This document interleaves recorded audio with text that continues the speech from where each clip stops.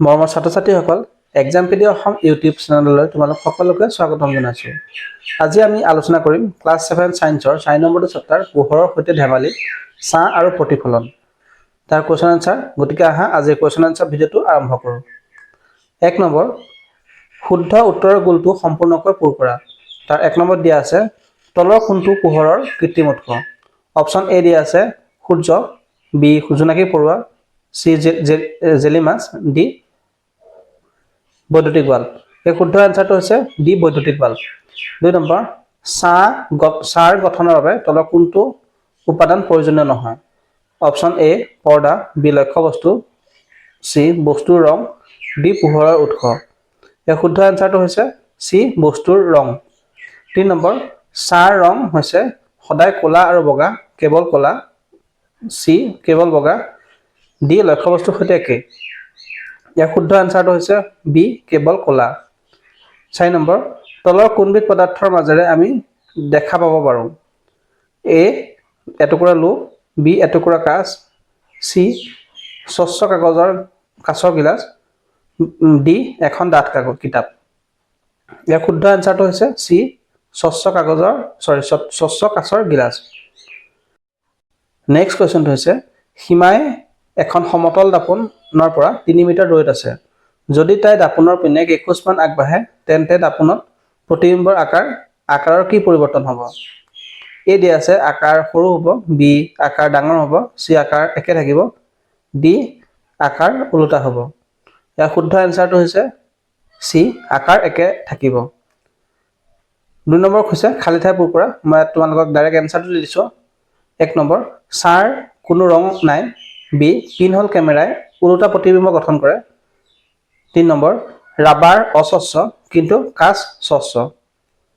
4 number, যেতিয়া আমি দাপোনত চাওঁ বাওঁ হাতখন সোঁহাত যেন দেখা যায়, এনে পৰিঘটনাক পাৰ্শ্বীয় বিলোমন বুলি কোৱা হয়। নেক্সট কুৱেশ্যনটো হৈছে শুদ্ধ নে অশুদ্ধ লিখা। 1 নম্বৰ, অদীপ্তমান বস্তুৱে নিজে নিজৰ পোহৰ বিলায়। উত্তৰটো হৈছে অশুদ্ধ। 2 নম্বৰ, পোহৰে সদায় সৰল ৰেখাত গতি কৰে। উত্তৰটো হৈছে শুদ্ধ। 3 নম্বৰ, পেৰিস্কোপ পোহৰৰ প্ৰতিফলন ধৰ্মৰ ওপৰত আধাৰিত। উত্তৰ হৈছে শুদ্ধ। 4 নম্বৰ, চন্দ্ৰ দীপ্তিমান বস্তু। উত্তৰটো হৈছে অশুদ্ধ।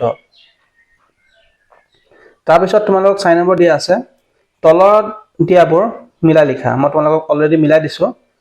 ক অংশ আৰু খ অংশ দিয়া আছে। 1 নম্বৰত দিয়া আছে ক অংশত যিবোৰ বস্তুৱে তাৰ মাজেৰে পোহৰ পাৰ হৈ যাবলৈ দিয়ে তেনে বস্তু কি বুলি কয়, স্বচ্ছ বস্তু বুলি কোৱা হয়।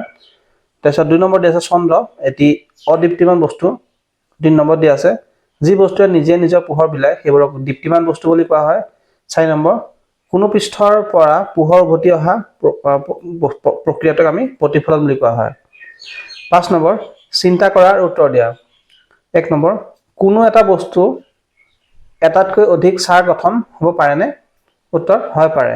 যদি এটাতকৈ অধিক পোহৰৰ উৎস বেলেগ বেলেগ দিশৰ পৰা বস্তু এটাৰ ওপৰত পৰে তেন্তে বস্তুবিধৰ এটাতকৈ অধিক ছাঁ গঠন হ'ব পাৰে। 2 নম্বৰ, ছাঁ এটা গঠন হ'বলৈ কি কি চৰ্তৰ প্ৰয়োজন হয়। উত্তৰ, ছাঁ এটা গঠন হ'বলৈ 3টা চৰ্তৰ প্ৰয়োজন। 1 নম্বৰ, পোহৰৰ উৎস। 2 নম্বৰ, এবিধ অস্বচ্ছ বস্তু। 3 নম্বৰ, এবিধ পৰ্দাৰ প্ৰয়োজন হয়। 3 নম্বৰ, পোহৰৰ উৎস নোহোৱাকৈ আমি ছাঁ দেখা পামনে। উত্তৰ, নাপাওঁ। ছাঁ গঠন হ'বলৈ পোহৰৰ উৎস থকাটো অপৰিহাৰ্য, কাৰণ পোহৰৰ গতিপথত বাধা দিলেহে ছাঁৰ সৃষ্টি হয়। 4 নম্বৰ, ধৰা হ'ল তোমাৰ এটা ৰঙা আৰু এটা নীলা বাল্ব আছে। 2টা বাল্বৰ চুইচ অন কৰা। যদি তুমি ৰঙা বাল্বটোৰ সন্মুখত এটা বস্তু ৰাখা তেন্তে ছাঁটোৰ ৰং কি হ'ব। নীলা বাল্বটোৰ সন্মুখত বস্তু ৰাখিলে ছাঁৰ ৰঙৰ কিবা পৰিৱৰ্তন হ'বনে। উত্তৰ, ৰঙা বাল্বটোৰ সন্মুখত বস্তু এটা ৰাখিলে ছাঁৰ ৰংটো হ'ব ক'লা। নীলা বাল্বটোৰ সন্মুখত বস্তু ৰাখিলেও ছাঁৰ ৰঙৰ কোনো পৰিৱৰ্তন নহয়, ই ক'লাই হ'ব, কাৰণ বস্তু এটাৰ ৰং যিয়ে নহওক ছাঁৰ ৰং সদায় ক'লাই হ'ব। 5 নম্বৰ, এম্বুলেন্স এখনত এম্বুলেন্স শব্দটো কিয় উল্টাকৈ লিখা থাকে। উত্তৰ, দাপোনৰ প্ৰতিবিম্ব গঠন হওঁতে প্ৰাচ্যীয় বিলোমন ঘটাৰ বাবে দাপোনত আখৰবোৰ সোঁফালৰ বাওঁ সু বিপৰীত অৱস্থানত দেখা যায়। সেয়েহে এম্বুলেন্সৰ সন্মুখত এম্বুলেন্স শব্দটো আগতীয়াকৈ ওলোটাকৈ লিখি থোৱা থাকে যাতে ইয়াৰ আগেৰে গৈ থকা আন বাহনৰ চালকসকলে তেওঁলোকৰ পিছফালে চোৱা দাপোনত শব্দটো পোনপটীয়াকৈ পঢ়িব পাৰে আৰু এম্বুলেন্সক যাবলৈ অতি সোনকালে বাট এৰি দিব পাৰে। 6 নম্বৰ, ৰাতি চন্দ্ৰটো উজ্জ্বল দেখা যায়, সেইবাবে আমি চন্দ্ৰক দীপ্তিমান বস্তু বুলি ক'ব পাৰোঁনে? উত্তৰ, নোৱাৰোঁ। চন্দ্ৰ হৈছে এটি অদীপ্তিমান বস্তু কাৰণ ইয়াৰ নিজা পোহৰ নাই। সূৰ্যৰ পোহৰ চন্দ্ৰপৃষ্ঠত পৰি পৃথিৱীলৈ প্ৰতিফলিত হোৱাৰ বাবেহে আমি চন্দ্ৰটো উজ্জ্বল দেখিবলৈ পাওঁ। 7 নম্বৰ, ধৰা হ'ল তুমি আন্ধাৰ কোঠা এটাত আছা। কোঠাটোৰ বস্তুবোৰ তুমি দেখা পাবানে? কোঠাটোৰ বাহিৰত পোহৰ থাকিলে বাহিৰৰ বস্তুবোৰ দেখা পাবানে? উত্তৰ, আন্ধাৰ কোঠাটোৰ বস্তুবোৰ আমি দেখা নাপাম কাৰণ বস্তুবোৰৰ পৰা পোহৰ প্ৰতিফলিত হৈ আমাৰ চকুত নপৰে। কিন্তু কোঠাটোৰ বাহিৰত পোহৰ থাকিলে বাহিৰৰ বস্তুবোৰৰ পৰা পোহৰ আহি আমাৰ চকুত পৰিব, সেইবাবে আমি বাহিৰৰ বস্তুবোৰ দেখা পাম। নেক্সট কুৱেশ্যনটো হৈছে, আকাশত উৰি থকা বিমান এখনৰ ছাঁ আমি কিয় দেখা নাপাওঁ? উত্তৰ, ছাঁ গঠন হ'বলৈ এখন পৰ্দাৰ প্ৰয়োজন হয়। বিমানখন ভূপৃষ্ঠৰ পৰা বহু ওপৰত উৰি থকাৰ বাবে ইয়াৰ ছাঁ মাটিত বা আন কোনো পদাৰ্থত স্পষ্টকৈ গঠন হ'ব নোৱাৰে, সেয়েহে আমি ছাঁ দেখা নাপাওঁ। 9 নম্বৰ, পিনহোল কেমেৰাৰ নীতিটো কি? পিনহোল কেমেৰাৰে সৃষ্টি হোৱা প্ৰতিবিম্বৰ বৈশিষ্ট্যবোৰ কি কি? উত্তৰ, পিনহোল কেমেৰাৰ নীতিটো হ'ল পোহৰে সদায় সৰল ৰেখাত গতি কৰে। পিনহোল কেমেৰাৰে সৃষ্টি হোৱা প্ৰতিবিম্বৰ বৈশিষ্ট্যসমূহ হ'ল প্ৰতিবিম্বটো ওলোটাকৈ গঠন হয়। 2 নম্বৰ, প্ৰতিবিম্বটো এখন পৰ্দাৰ ওপৰত গঠন হয়। 3 নম্বৰ, প্ৰতিবিম্বই বস্তুটোৰ প্ৰকৃত ৰং দেখুৱায়।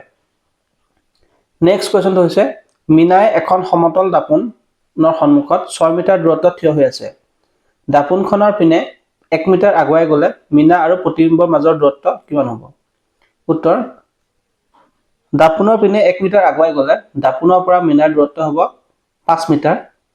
সমতল দাপোনত লক্ষ্য বস্তু দাপোনৰ পৰা যিমান দূৰত থাকে প্ৰতিবিম্বও সিমান দূৰতে গঠন হয়। গতিকে দাপোনৰ পৰা প্ৰতিবিম্বৰ দূৰত্ব হ'ব 5 মিটাৰ, সেয়েহে মীনা আৰু প্ৰতিবিম্বৰ মাজৰ দূৰত্ব হ'ব 10 মিটাৰ।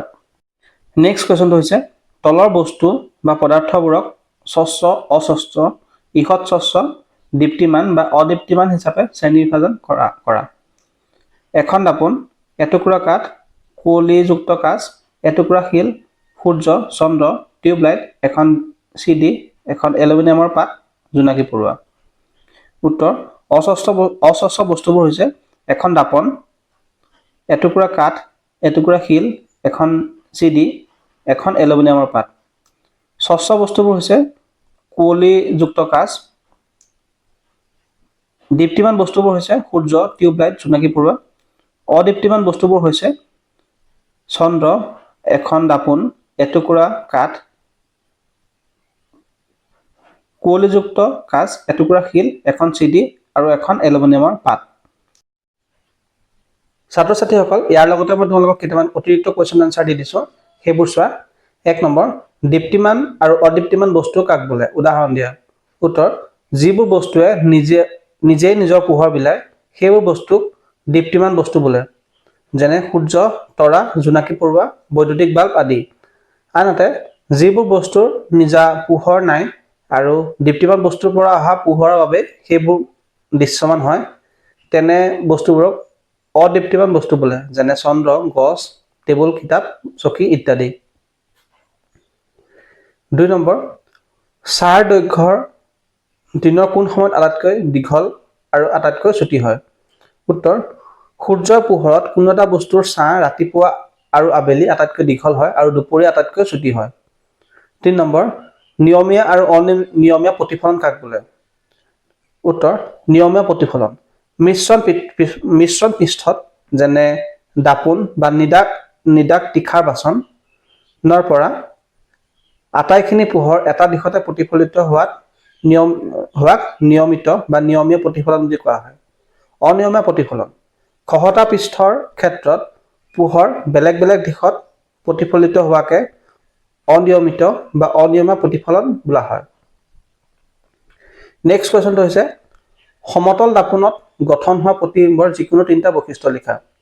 উত্তৰ সমতল দাপোণত গঠন হোৱা প্ৰতিবিম্বৰ তিনিটা বৈশিষ্ট্য হ'ল প্ৰতিবিম্বৰ আকাৰ লক্ষ্যবস্তুৰ আকাৰৰ সৈতে সমান, বি প্ৰতিবিম্বটো থিয় হয়, 3 নম্বৰ প্ৰতিবিম্বত পাৰ্শ্বীয় বিলোমন ঘটে অৰ্থাৎ বাওঁফালটো সোঁফাল আৰু সোঁফালটো বাওঁফাল যেন লাগে। 5 নম্বৰ কুৱেশ্যন পেৰিস্কোপত কেইখন সমতল দাপোণ ব্যৱহাৰ কৰা হয় আৰু ইয়াৰ এটা ব্যৱহাৰ লিখা। উত্তৰ পেৰিস্কোপত 2খন সমতল দাপোণ ব্যৱহাৰ কৰা হয়। ওখ প্ৰাচীৰৰ ওপৰেৰে সহজে দেখা নোপোৱা বস্তু চাবলৈ বা ছাবমেৰিনৰ পৰা পানীৰ ওপৰেৰে চাবলৈ ইয়াক ব্যৱহাৰ কৰা হয়। 6 নম্বৰ ছাঁ আৰু প্ৰতিবিম্বৰ মাজত থকা দুটা প্ৰধান পাৰ্থক্য লিখা। উত্তৰ ছাঁ আৰু প্ৰতিবিম্বৰ মাজত থকা দুটা পাৰ্থক্য হ'ল 1 নম্বৰ বস্তু এটা ৰং যিয়ে নহওক কিয় ছাঁৰ ৰং সদায় ক'লা হয়, আনহাতে প্ৰতিবিম্বই বস্তুটো প্ৰকৃত ৰং দেখুৱায়। ছাঁৰ ক্ষেত্ৰত পাৰ্শ্বীয় বিলোমন নহয়, কিন্তু প্ৰতিবিম্বৰ ক্ষেত্ৰত পাৰ্শ্বীয় বিলোমন দেখা পোৱা যায়। ছাত্ৰ ছাত্ৰীসকল আজিৰ ভিডিঅ'ত ইমানেই। তোমালোকে যদি ভিডিঅ'টো ভাল পালা তেনেহ'লে লাইক কৰিবা, চেনেলটো ছাবস্ক্ৰাইব কৰিবা আৰু কমেণ্ট কৰিবা। লগতে লগৰ বন্ধু বান্ধৱীসকলক ভিডিঅ'বোৰ শ্বেয়াৰ কৰিবা। আজিলৈ ইমানেই, ধন্যবাদ।